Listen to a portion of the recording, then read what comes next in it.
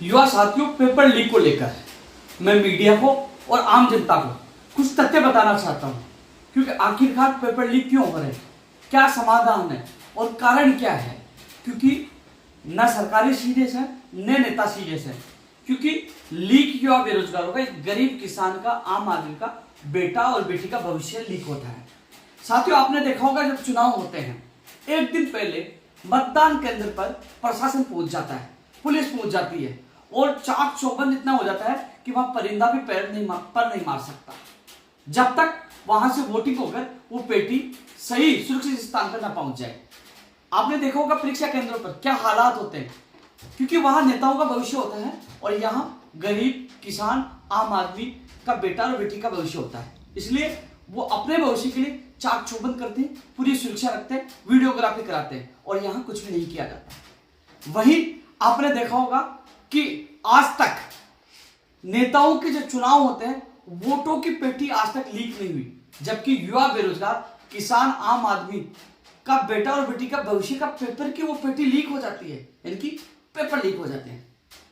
ये दर्द को तब जानेंगे जब चुनाव हो जाए, ये खुशियां मना ले और शपथ लेकर घर पहुंचे, तब पता चले कि आपका चुनाव रद्द कर दिया गया है, क्योंकि उस समय वोटिंग में आपकी जो वोट फर्जी डाले गए थे और लीक हो गए, इसलिए चुनाव को रद्द किया जाता है। तब उनको दर्द का एहसास होगा।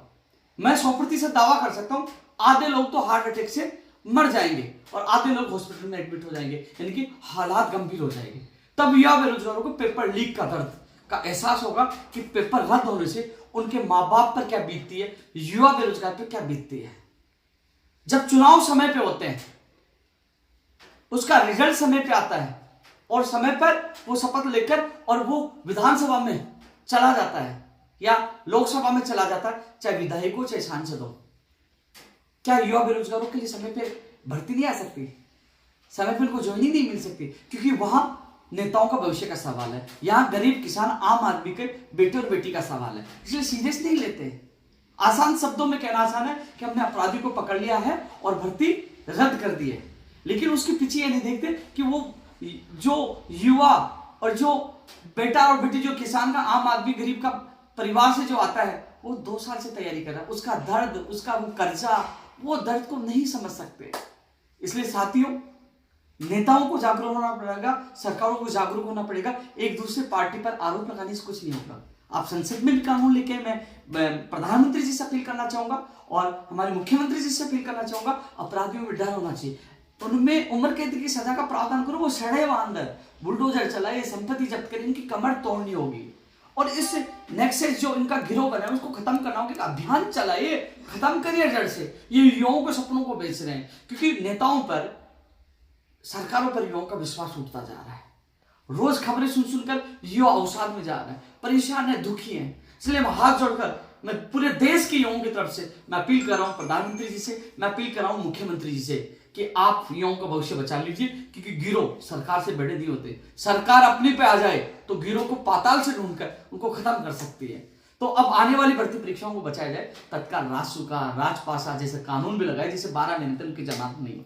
क्योंकि जब खबर न्यूज़पेपर में हम देखते हैं कि जो पेपर लीक माफिया वहां पर छूट के आ गए, तो क्या बीतती होगी। अवसाद में चले जाते हैं कि हम तैयारी कर रहे हैं कि आने वाली भर्ती परीक्षा हमारी सुरक्षित है, क्या हमारा भविष्य सुरक्षित है। तो ऐसे में नेता जो युवाओं के भविष्य को सीरियस लेंगे, पेपर भर्ती परीक्षाओं को सीरियस लेंगे, तो कहीं ना कहीं भर्ती परीक्षाएं बच सकती है। अन्यथा ये अपना भविष्य को सीरियस लेंगे तो देखो, आपने देखा होगा न इनकी मतपेटी आज तक लीक हुई है, न मतदान के दिन में कुछ गड़बड़ी हुई है। गड़बड़ी होती है तो वो किसान का, आम आदमी का, गरीब का और बेटा और बेटी जो पढ़ते हैं उनका पेपर लीक होकर उनके भविष्य के साथ गड़बड़ी होती है, उनका भविष्य अंधकार में धकेला जा रहा है। तो मैं हाथ जोड़कर तमाम नेताओं से कहूंगा कि राजनीति करने के बजाय आप सोचिए।